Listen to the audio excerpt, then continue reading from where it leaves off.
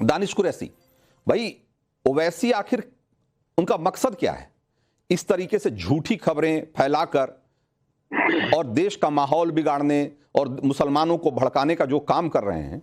क्या आपको लगता है कि ये एक सही तरीका है?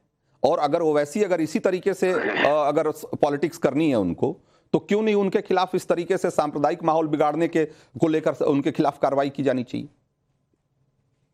देखिए रंजीत जी, सबसे पहली बात मैं आपको कह दूं, मैं जनरली कभी भी किसी पत्रकार के खिलाफ या कोई भी पैनल में जो लोग बैठे हैं उनके खिलाफ नहीं बोलता, लेकिन आज आपने जिन शब्दों का इस्तेमाल किया है, मुझे उससे बहुत सख्त और बहुत सख्त आपत्ति है कि आपने ये कहा कि ऑल इंडिया मजलिस इत्तेहादुल मुस्लिमीन सांप्रदायिकता की राजनीति करती है। मतलब आप मुखालिफत करते हैं इलेक्शन कमीशन की, जिसने उसको सर्टिफाइड कर रखा है। क्या आप इसकी मुखालिफत में ये चीज को एक्सेप्ट करते हैं कि देश का जो इलेक्शन कमीशन है वो इस बात की इजाजत देता है और आप उनसे ज्यादा समझदार या सीनियर हैं और आप ये कर सकते हैं और उनको ये समझ में नहीं आ रहा? आप ये कहना चाहते हैं रंजीत जी?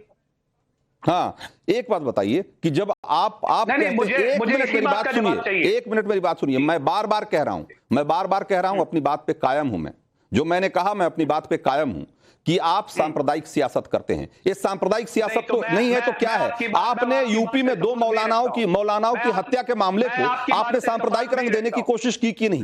पहली बात, दानिश कुरैशी, जो सवाल है उसका जवाब दीजिए कि क्या ओवैसी ने 2 मौलानाओं की हत्या को सांप्रदायिक रंग देने की कोशिश की कि नहीं? क्यों जिस बाप की हत्या बेटे ने कर दी, उसको कह रहे हैं कि भाई यूपी में मुसलमान सुरक्षित नहीं है, लगता है जैसे कि वो कोई दंगे में मारा गया आदमी है। ऐसे 100 सवालों के जवाब मैं आपको दे सकता हूं, लेकिन अगर आप मेरी पार्टी, मैं पूछ रहा हूं कि क्या अकबर नगर का मुद्दा आप उठा रहे हैं? अकबर नगर में क्या सिर्फ मुसलमानों के घर तोड़े जा रहे हैं और मुसलमानों के घर चिन्हित करके तोड़े जा रहे हैं? वहां हिंदुओं के घर टूटे, क्या आपको पता है इसके बारे में? चैनल के मुताबिक मेरी पार्टी सांप्रदायिक है, आपकी चैनल के मुताबिक। भाई मैं आपको कह रहा हूं, मैं फिर कह रहा हूं और जोर देकर कह रहा हूं कि ओवैसी जो कह रहे हैं वो सांप्रदायिक सियासत है, वो सांप्रदायिकता को बढ़ाने और फैलाने का काम कर रहे हैं ओवैसी। आपका न्यूज चैनल वो करता है, तस्दीक करता है।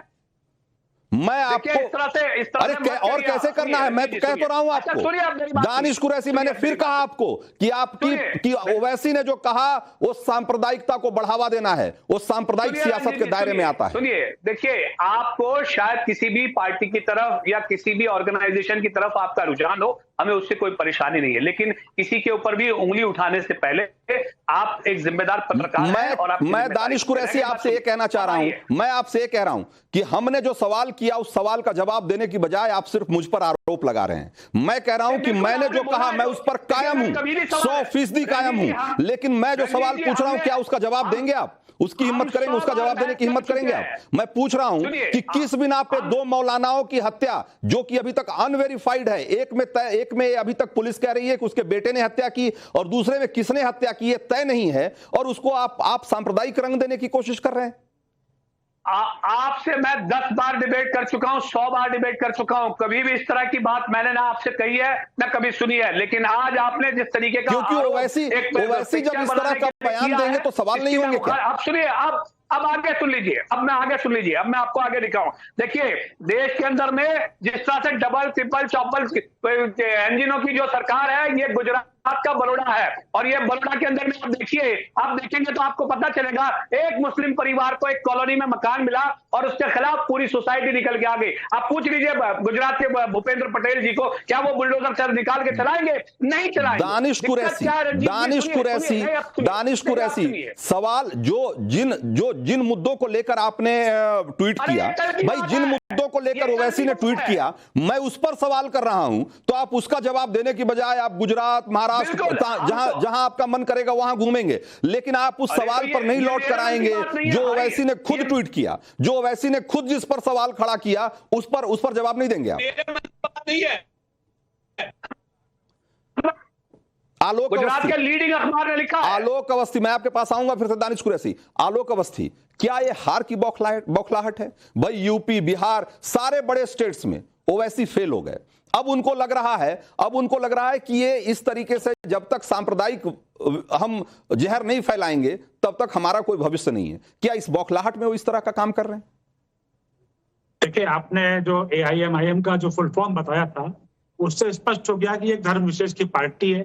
उसके बाद भी अपने आप को सांप्रदायिक नहीं मानते हैं, क्योंकि इनके पास कोई और धर्म के ना कैंडिडेट है, ना इनके पास इनके लिटरेचर में ऐसा कुछ है, ना इनके सिद्धांतों में ऐसा कहीं से दिखता है कि ये सर्वधर्म की बात करते हो। ये सिर्फ मुस्लिम धर्म की बात करते हैं तो सांप्रदायिक इनको कहा जाएगा। रही बात जहां तक कि उत्तर प्रदेश की बात, 2 घटनाओं की बात है, उसमें एक मौलाना के बेटे ने एक को मारा, दूसरे में ये प्रकाश में आया है कि वहां पर जमीन और कुछ पैसे का लेन देन का विवाद था, जिसमें एक आदमी की गिरफ्तारी हो चुकी है, ऐसा मेरी जानकारी में आया है।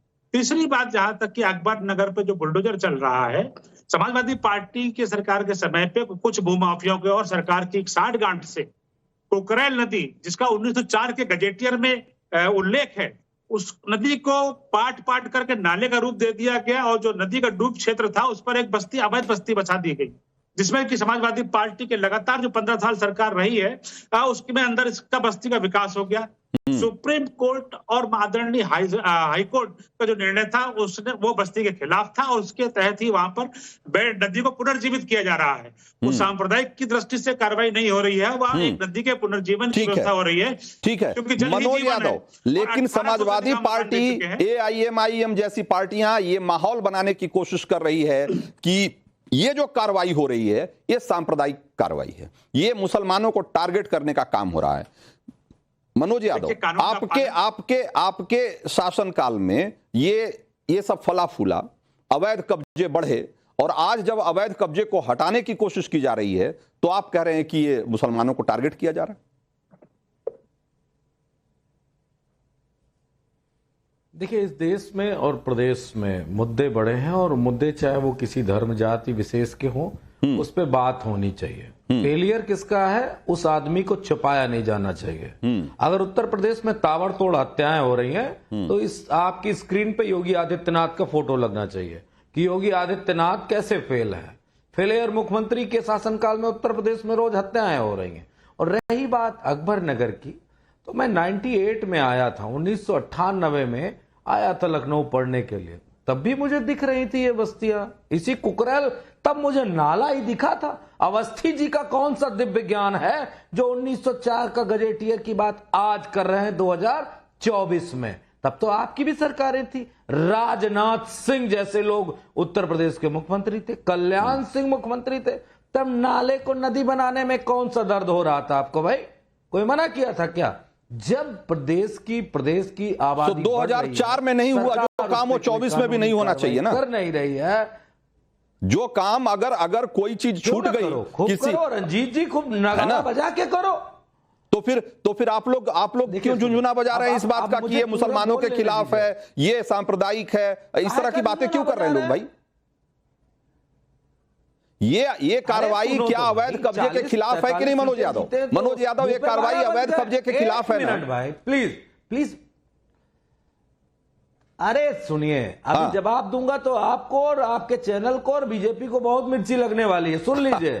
अगर योगी आदित्यनाथ उत्तर प्रदेश में अवैध कब्जे हटाना चाहते हैं, रुक जाइए, अवैध कब्जे हटाना चाहते हैं तो मैं उत्तर प्रदेश, अवस्थी जी को बेहतर पता होगा, उत्तर प्रदेश में लखनऊ में LDA के पार्क हैं, वहां जाएं, देखें कि अवैध कब्जा किसने कर रखा है, पार्कों में कौन से अवैध कब्जे चल रहे हैं। जितने भी LDA के जितने भी फ्लैट्स बने हैं लखनऊ में, उनके फ्लैट्स में क्या क्या अवैध बन गया है, जरा सा LDA वालों से बोलो, ABC LDA